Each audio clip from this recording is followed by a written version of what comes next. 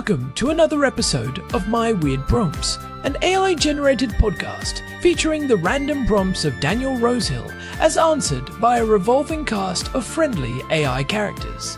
Join us for deep dives into AI, technology, and whatever other random thing Daniel finds fascinating today. Subscribe on Spotify or your favorite podcatcher. Now, today's episode. This episode was generated using artificial intelligence. Please verify facts. Hi, Herman and Corn. So this morning I was a little bit sluggish in getting into first gear. I have a bit of a cold.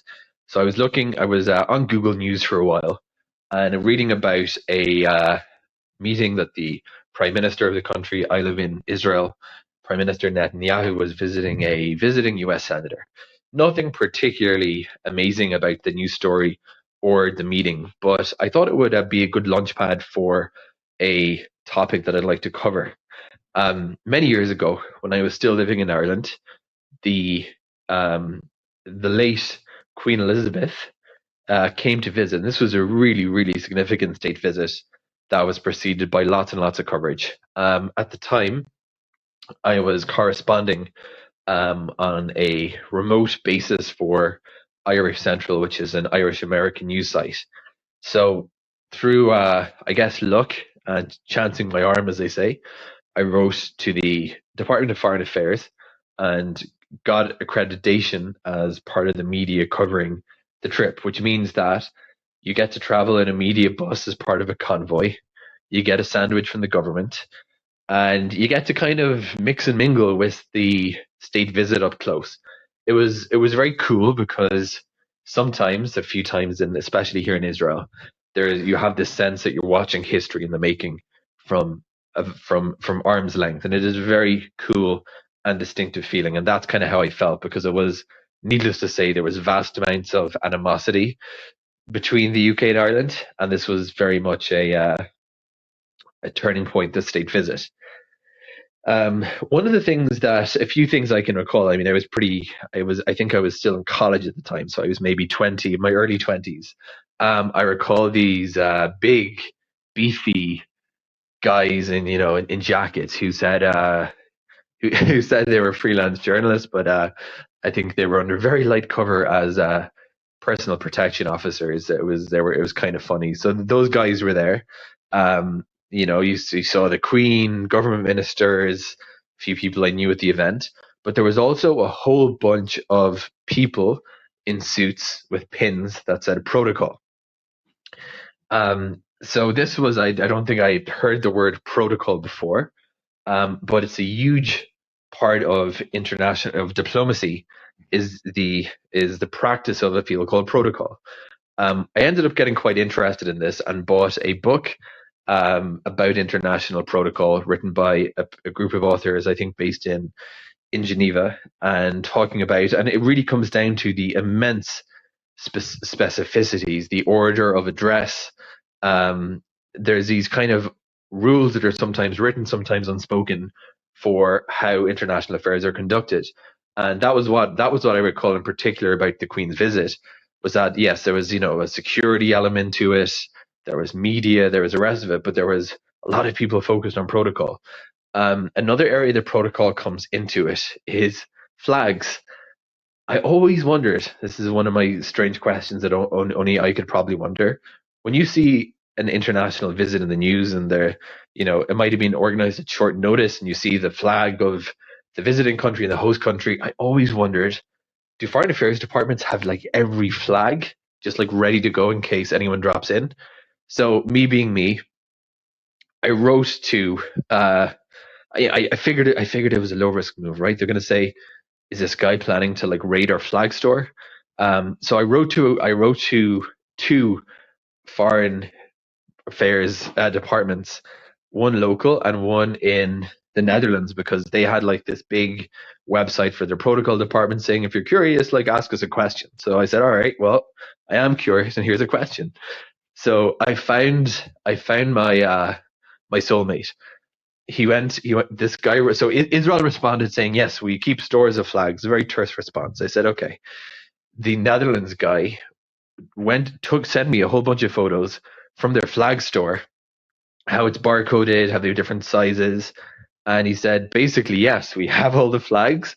And on the rare chance we don't have the flag needed, we just print it. Mystery solved. But anyway, there is clearly a lot of work that goes into protocol, especially for multilateral events. And that's what I'd love to talk about in today's podcast, Herman and Corn. Clearly, not everything is going to be, a G20 or a General Assembly, right? There's much more casual or lower level bilateral and multilateral engagements.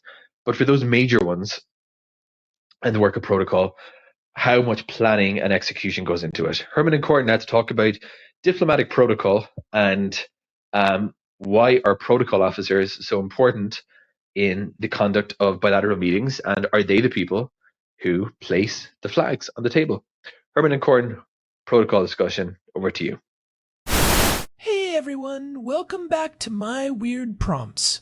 I am Corn, your resident seeker of nuance, and as always, I am joined by my brother, Herman Poppleberry here and ready to dive into the deep end. We have a fascinating prompt today from our housemate Daniel. He was feeling a bit under the weather and found himself reading about a meeting between the Israeli Prime Minister and a United States Senator. That led him down a rabbit hole of his own memories from a state visit by Queen Elizabeth II to Ireland back when he was in college. It is funny how those moments stick with you. Daniel mentioned seeing all these people in suits with pins that simply said protocol. It got him wondering about the invisible architecture of international relations. How much planning goes into these events? What exactly does a protocol officer do? And yes, he specifically asked if they are the ones responsible for the placement of national flags. He even mentioned that the Netherlands Protocol Department actually sent him photos of their flag store, which was barcoded and highly organized. Oh, I love this topic. Protocol is often dismissed as just being about fancy manners or which fork to use at a state dinner, but in reality, it is the operating system of global diplomacy. Without it, the world would be a much more chaotic and potentially violent place. It is the framework that allows two people who might fundamentally disagree on everything to sit in a room and communicate with a baseline level of mutual respect. It is about creating a predictable environment where the only surprises are the ones you intend to make. That is a strong way to frame it. An operating system. So, if protocol is the code, the protocol officers are the developers and the system administrators. Let us start with the basics for our listeners. When we talk about diplomatic protocol, we are not just talking about being polite. We are talking about a very specific set of rules, right? Exactly. Most of what we see today is codified in the Vienna Convention on Diplomatic Relations from 1961. Before that, diplomatic rules were a bit of a Wild West. You had centuries of tradition, but it was inconsistent. The 1961 convention created a universal standard. It covers everything from diplomatic immunity to the way a country should receive an ambassador. Specifically, Article 14 and Article 16 are the Bibles for protocol officers. Article 14 divides heads of mission into 3 classes, and Article 16 dictates that precedence within those classes is determined by the date and time they took up their functions. It is a strictly chronological hierarchy to prevent ego-driven disputes. So, it is literally first come, first served in the world of diplomacy? In many ways, yes. Except for the Holy See. Article 16 actually allows for the representative of the Pope to take automatic precedence in some countries, which is a fascinating holdover from history, but for everyone else, it is about the clock. Daniel mentioned those protocol pins. It sounds like they are the invisible hands behind the scenes. When a major leader travels, or when there is a multilateral summit like the Group of 7 or the Group of 20 summit in Miami later this year, what does the timeline look like? I assume this is not something you pull together in a weekend. Not at all. For a major state visit, the planning starts 6 to 12 months in advance. It begins with what is called an advance team. This is not just one group, it is a tiered system. First, you have the site survey team. They are the ones who look at the broad strokes.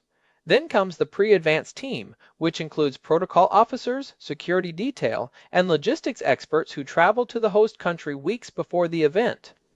Finally, you have the led advance team, which arrives about 5 days before the leader. They literally walk every inch of the route. They measure the height of the podiums. They check the acoustics of the rooms. They even time how long it takes to walk from the car to the front door at a normal pace. Why the extreme level of detail? If a walk takes 45 seconds instead of 30, does that actually matter in the grand scheme of international relations? It matters because of the second-order effects. In diplomacy, time is a resource and a symbol. If a leader is kept waiting, it can be perceived as a slight, a deliberate sign of disrespect. If a schedule runs late, it cascades through the entire day, affecting security rotations, press pools, and the mental state of the participants. Protocol officers aim for zero surprises. They want the leaders to focus entirely on the substance of their conversation, not whether they are going to trip over a loose carpet or wonder where they are supposed to stand. They even map out the motorcade in detail. You have the lead car, the O car for the official, the S car for security, and the follow-up vehicles. If the sequence is wrong, the security perimeter is compromised. That makes sense. It is about removing friction so that the only friction left is the actual political disagreement. Now, let us address Daniel's specific question about the flags. He was fascinated by that Dutch warehouse. Who actually places those flags on the table during a bilateral meeting? That is a direct responsibility of the protocol office. And it is not just about putting them there, it is about the order of precedence and the right of honor. There is a rule in international protocol called the right of honor, which states that the position of honor is to the right of the host. So, if you see two leaders sitting at a table, the guest is typically on the host's right. Correspondingly, the guest's national flag will be on the right from the perspective of the people in the room, or on the left from the perspective of the audience looking at them. Wait, let me make sure I have that straight. If I am the host and you are my guest, you sit on my right. So, if we are looking out at a crowd, your flag is on the right side of the stage? Precisely. This is where it gets incredibly technical. Protocol officers have to know the specific flag codes for every nation. For example, some flags cannot be flown at night without illumination. Some flags have a specific top and bottom that might not be obvious to a casual observer. If you accidentally fly a flag upside down, it is not just a mistake. It can be interpreted as a signal of distress, or, worse, a deliberate insult. There was a famous incident in 2012 at the London Olympics where the South Korean flag was shown on the big screen during a North Korean women's soccer match. The team walked off the pitch. That is the power of a protocol failure. In 2024, we saw similar tensions at the Paris Olympics regarding the neutral status of certain athletes. The protocol team has to manage those visual symbols like they are high explosives. It is a visual language. If you get the grammar wrong, you are saying something you did not intend to say. I am curious about the scale. Daniel was wondering if every foreign affairs department just has a warehouse full of flags. Based on his interaction with the Dutch, it sounds like the answer is yes. Most do. A well-equipped Ministry of Foreign Affairs will keep a stock of the flags of every country recognized by the United Nations, usually in multiple sizes. You need the giant ones for the flagpoles outside, the medium ones for the hallways, and the tiny ones for the desk displays. The Dutch example Daniel found is a great one because it shows the level of professionalization. They use barcoding because you might have 200 different countries, and many flags look similar to the untrained eye. Think of the flags of Luxembourg and the Netherlands, or Chad and Romania. They are nearly identical except for the shade of blue or the proportions.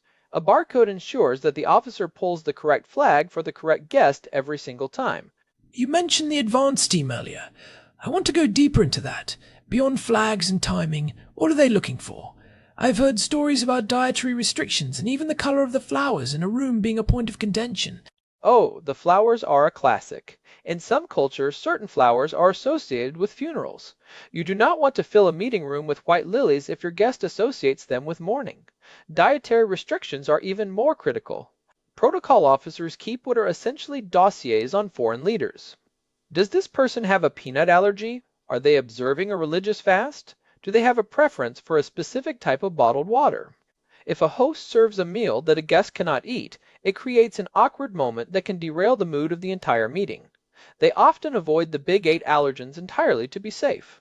And it is not just the food, it is the seating style. Do you use the French style, where the host and guest of honor sit in the middle of the table facing each other, or the English style, where they sit at the ends? These choices dictate the flow of conversation. It feels like a mix of being a high-end concierge and a strategic analyst. You are managing the physical environment to influence the psychological environment. That is a perfect way to put it. There is a concept in protocol called precedence. It is the formal hierarchy of importance. Who walks into the room first? Who sits where at a round table versus a rectangular table? If you have 20 world leaders in a room, the order of precedence is usually determined by how long they have been in office. But even that can be tricky. When the United States hosts the Group of 20 in Miami later this year, the protocol team will have to navigate complex diplomatic relationships and ensure all members feel appropriately honored. That is a massive undertaking. Disinviting a member would be like a diplomatic earthquake. Which creates its own set of problems. I can imagine the tension if a leader feels they have been pushed down the line. Absolutely. There was an incident a few years ago, often referred to as Sofagate, where a female leader was left without a chair during a meeting while two male leaders took the only two chairs available. It was a massive protocol failure that dominated the news cycle for days and completely overshadowed the actual policy being discussed. That is why protocol officers are so stressed.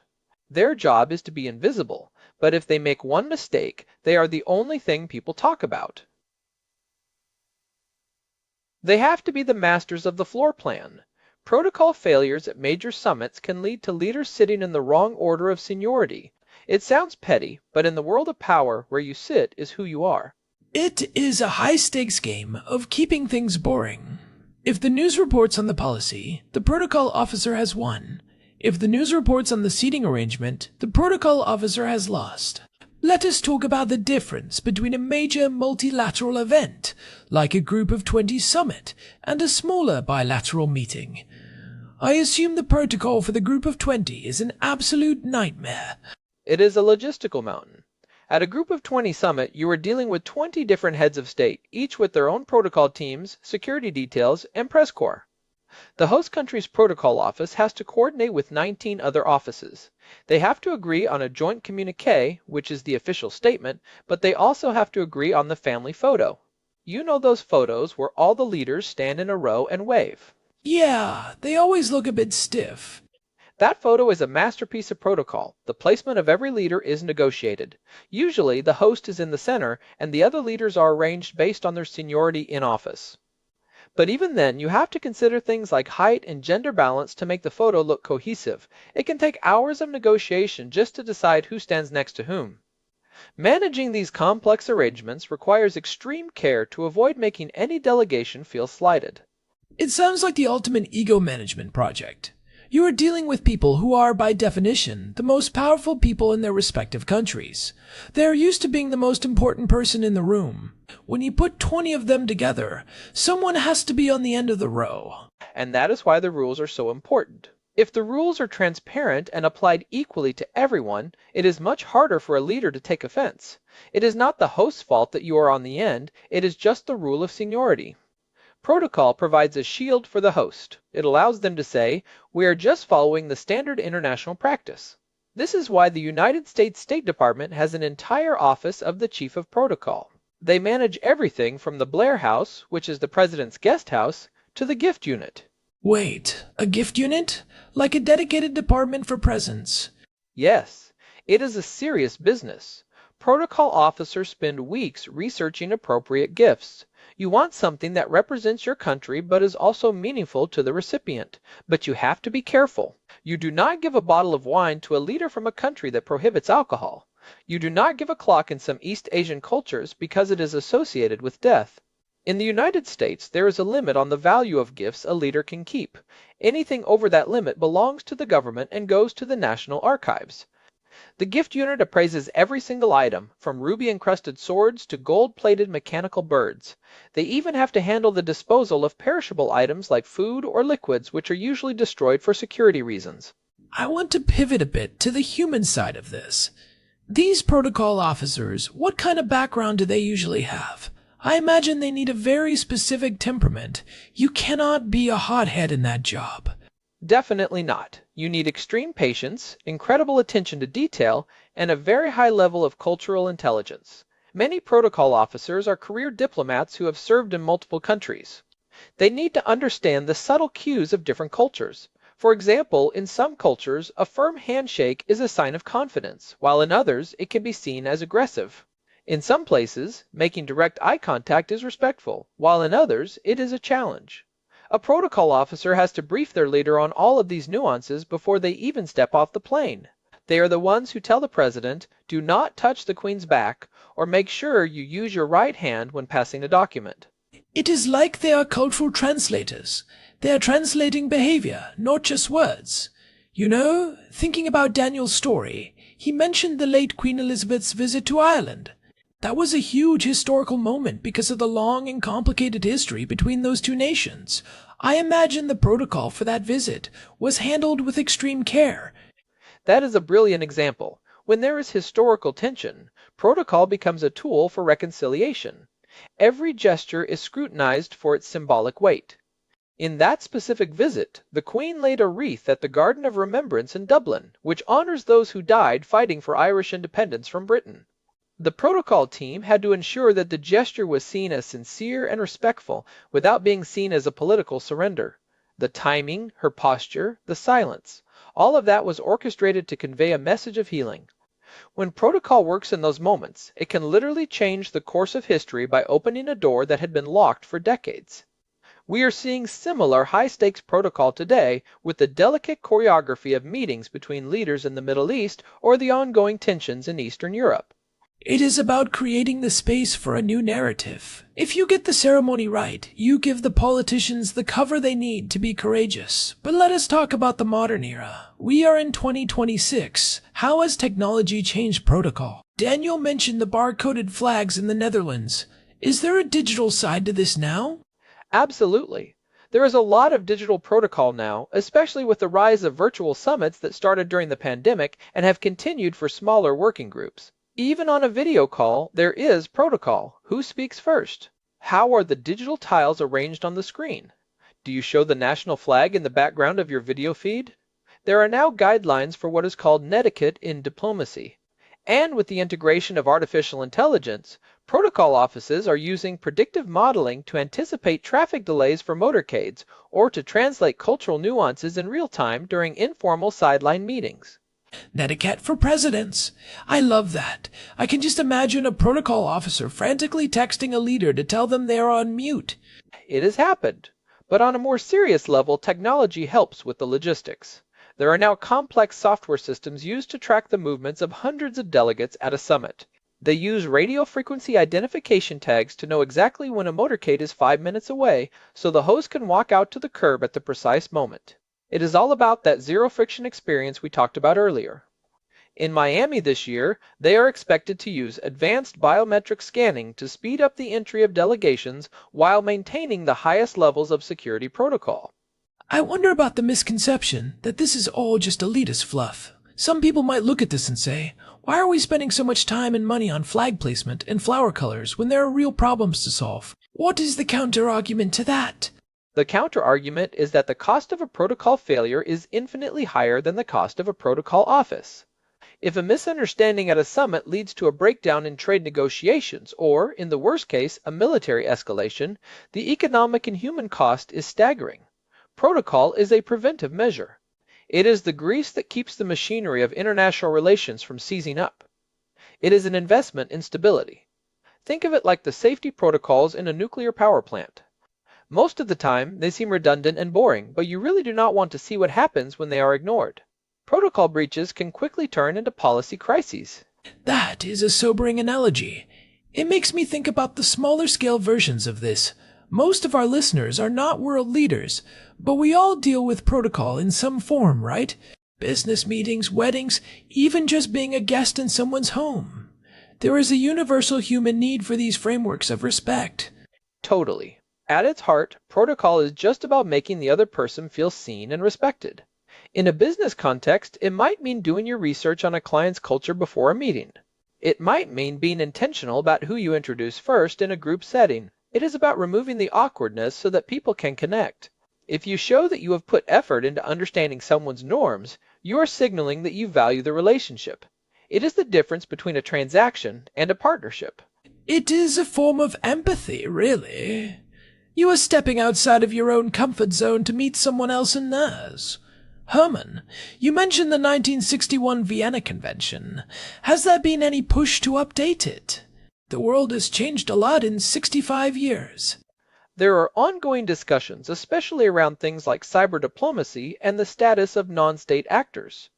For example, how do you handle protocol for a meeting with the head of a massive tech company that has more influence than some small nations? Or how do you handle the protocol of a climate summit where activists are just as important to the outcome as the ministers? The traditional rules are being stretched, but the core principles of precedence and respect remain the same. The United Nations is currently looking at a supplemental framework for digital diplomatic conduct to address these 21st century challenges. It is fascinating to think about. A protocol officer for a meeting between a prime minister and a tech billionaire. Do you put the corporate logo next to the national flag? That feels like a minefield. It really is. Most protocol offices still stick to the rule that only sovereign states get the full honors, but in practice they have to be flexible. Diplomacy is the art of the possible, and protocol has to be the art of the appropriate. This is why the Dutch flag warehouse is so important. It is not just a storage room, it is a library of sovereignty. When a country changes its name or its flag, like when the Republic of North Macedonia updated its name, every protocol office in the world had to update their records and their physical stock immediately. Let us go back to the flags for a second, because I know this is what Daniel was really curious about. Is there a specific protocol for how you retire a flag? If a country changes its flag, what happens to all those old flags in the ministry warehouses? They are usually disposed of with dignity. Most national flag codes specify that when a flag is no longer fit for display, it should be destroyed in a respectful way, often by burning in a private ceremony.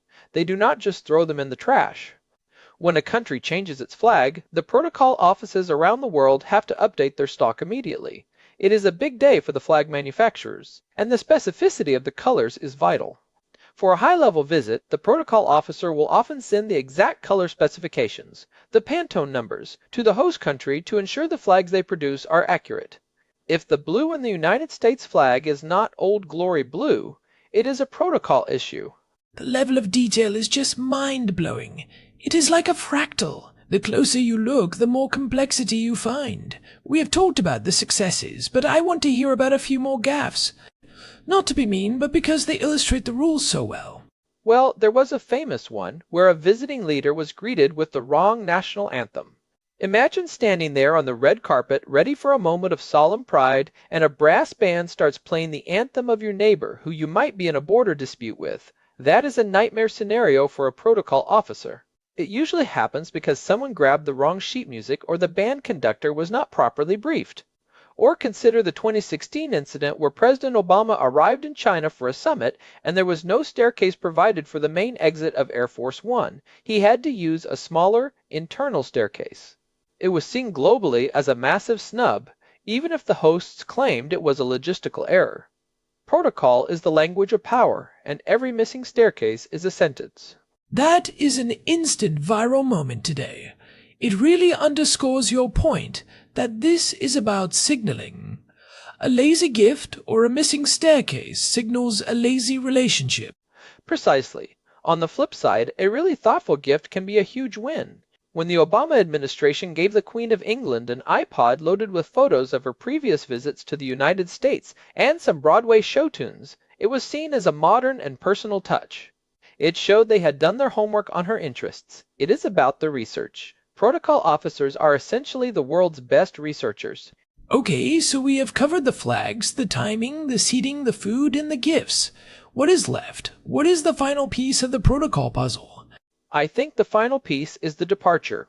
How a visit ends is just as important as how it begins. The departure ceremony, the final statements, the way the leader is escorted back to the airport. It is all about leaving a lasting impression of respect and cooperation. Protocol officers are working right up until the wheels of the plane leave the tarmac. Only then can they go home and sleep for 14 hours. They are the stage managers of the world stage, and if the play goes well, nobody even knows they were there. I have a newfound respect for these people. It sounds like one of the most stressful jobs in the world, and the better you are at it, the less anyone knows you exist. That is the tragedy and the glory of the protocol officer. They are the architects of the invisible. Well, I think we have given Daniel a pretty deep dive into his question. It is not just about the flags, although the flags are a huge part of it. It is about the entire architecture of how we interact as a species at the highest levels. It really is. And for our listeners, next time you see a clip of two world leaders meeting, look past the handshakes, look at the flags, look at the seating, look at the people hovering in the background with those little pins. You are seeing a very expensive, very carefully choreographed dance that is designed to keep the world spinning. I love that. The choreography of peace. Before we wrap up, I want to remind everyone that if you are enjoying these deep dives into the weird and wonderful prompts Daniel sends our way, please leave us a review on your podcast app. Whether you are on Spotify or Apple Podcasts, those ratings really help other curious minds find the show. It truly does help. And if you want to see the show notes or get in touch with us, head over to our website at myweirdprompts.com. We have the full archive there, and you can even send us your own weird prompts through the contact form. We are always looking for new rabbit holes to explore. This has been episode 270 of My Weird Prompts. We have talked about everything from the engineering of the human heart in episode 267 to the legal layers of Israel in episode 265. But this look into the invisible world of protocol has been a real highlight. I agree. It is one of those topics that is hiding in plain sight. Thanks for the prompt, Daniel, and I hope you're feeling better soon. Thanks for listening, everyone. We will be back next week with another deep dive. Until then, stay curious. And watch where you put those flags. Goodbye. Bye, everyone. This episode was generated using Gemini Flash 3. Text-to-speech engine was Chatterbox Turbo. Thanks for listening to another episode of My Weird Prompts, an AI-generated podcast featuring Daniel Rosehill's AI prompts, as answered by a revolving cast of friendly AI characters including me, Cornelius the Sloth. Subscribe on Spotify or visit myweirdprompts.com.